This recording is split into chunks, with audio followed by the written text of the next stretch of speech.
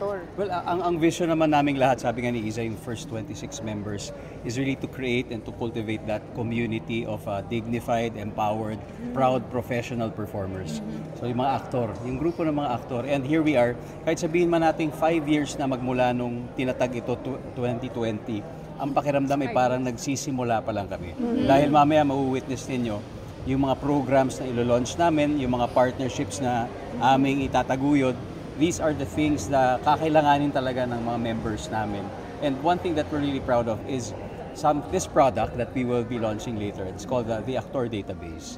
So matagal ng dream ng grupo ito, and we are launching it later. Makikita nyo more or less how it works. Ito yung parang representation natin hindi lang dito sa Pilipinas, kundi pati future in future purposes, pati sa ibang bansa pag may casting para sa mga artista, para makita nila kung saan ba natin matatagpuan ang mga actor sa Pilipinas. Correct. Di ba? Gusto namin, ang goal namin, ito yung maging top of mind website na puntahan nila to search for all the actors in the Philippines.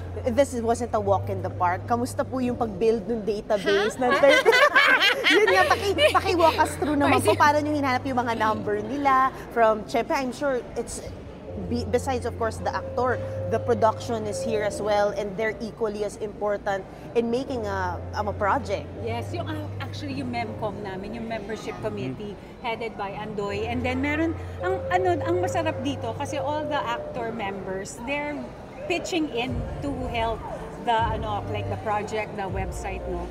So hats off to the MEMCOM and also to the committee who's doing the website. Kasi sila talaga yung kumbaga na-fill in the blanks. And of course to the members, kasi sila, they have to be the one who will fill in the blanks.